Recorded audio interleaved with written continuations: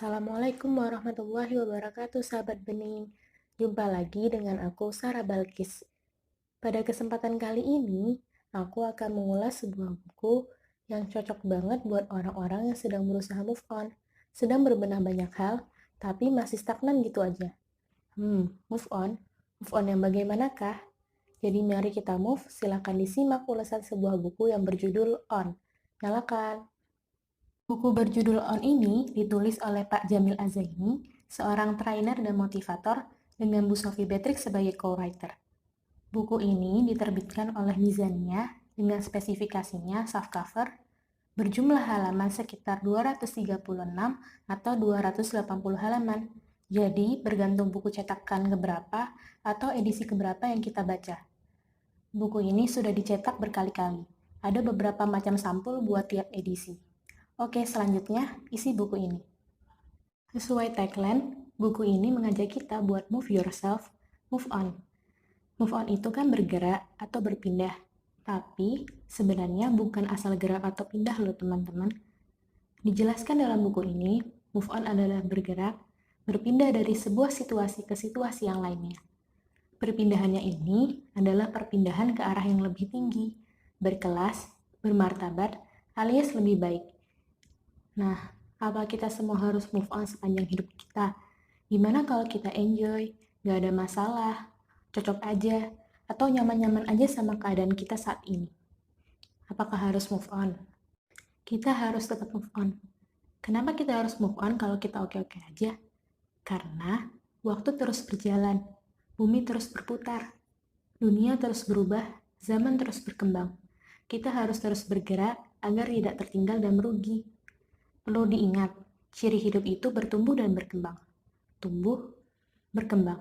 Jelas lekat banget dengan perubahan. Untuk mengatasi perubahan itu, kita perlu dua kunci utama. Kunci pertama, mengidentifikasi diri. Yang kedua, setup ulang hasil identifikasi tersebut.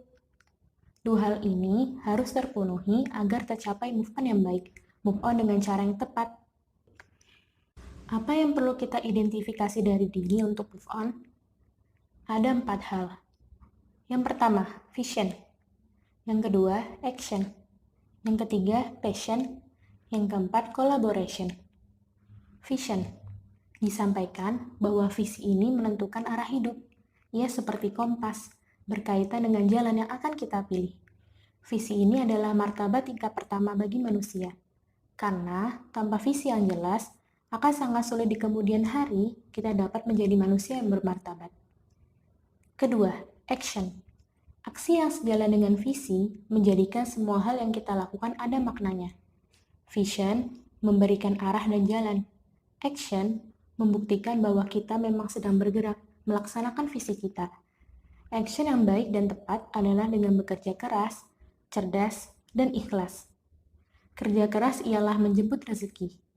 Kerja cerdas ialah ikhtiar melipat gandakan rezeki, dan kerja cerdas membuat rezeki menjadi berkah. Action ini menjadikan martabat kita meningkat pada level yang kedua.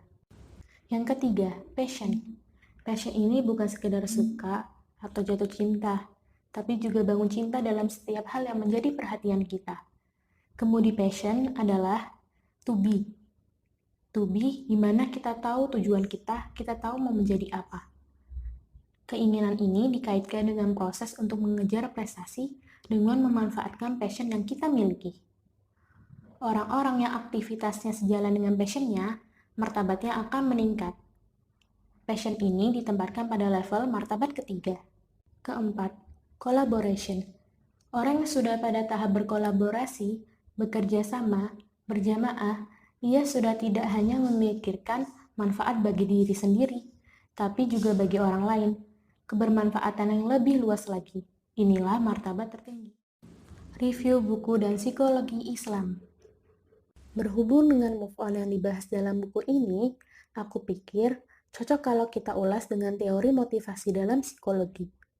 Dalam psikologi, dijelaskan kalau manusia punya freedom to choose, kebebasan untuk memilih. Dengan kebebasan memilih, dapat menentukan akan jadi manusia seperti apa. Jalan apa yang dipilih, mau membuat hidup bermakna, atau sekadar memenuhi keinginan dan kebutuhan dasar saja. Manusia terlahir dengan sebuah bekal kebebasan untuk memilih. Pada awalnya berupa potensi, kemudian akan semakin berkembang sejalan dengan bertambah pengalaman hidup. Freedom to choose adalah sifat dasar atau hakikat diri seorang individu.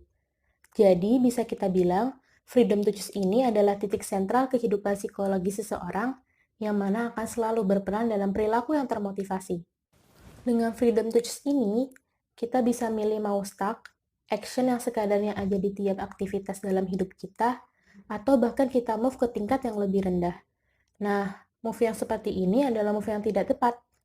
Atau kita memilih menjadi sebaik-baik pengguna freedom to choose.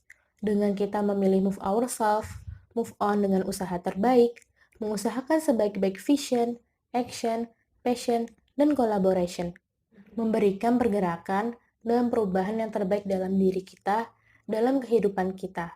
Akan sangat beruntung bila kita menjadi pengguna bekal kebebasan memilih ini dengan memilih pilihan yang tepat.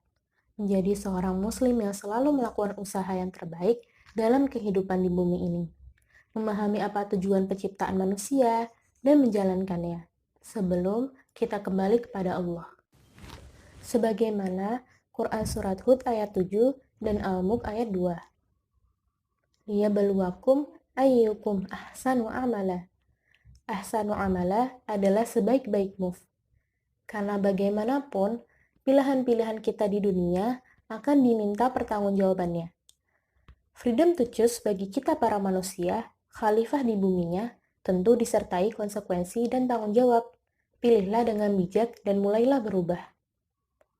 Yang terakhir, bagaimanapun sebagus apapun kata-kata motivasi dalam buku, tidak akan membuat kita berubah kecuali kita menghendaki dan memulai membuat perubahan tersebut.